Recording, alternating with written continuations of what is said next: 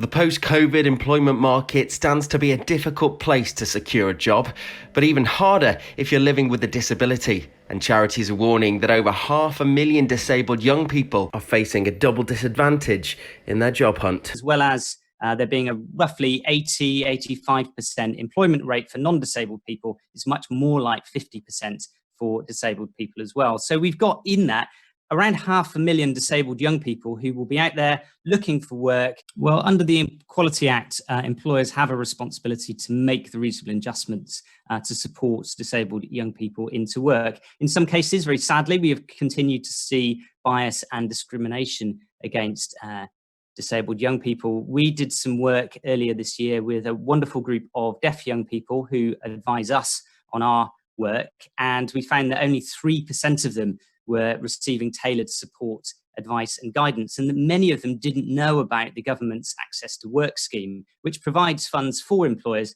to provide things like sign language interpreters or speech-to-text facilities. Well, we're working alongside a brilliant group of organisations, both organisations that work for disabled people, people like Leonard Cheshire or the National Association of Specialist Colleges, alongside people focused on work like the Institute for Employment Studies. And we've set out our amendments that we think we need to see in the government's plan for jobs. So we've got an 8-point plan that we've sent in to government, and that includes making sure that the new Kickstart scheme, which is about supporting people into work, is not only focused on those claiming universal credit, but actually supports young people with education, health and care plans. So in this time when we're going to see a very uncertain labour market, the employers can feel confident that they can get quick access to the government support they need to effectively employ disabled young people.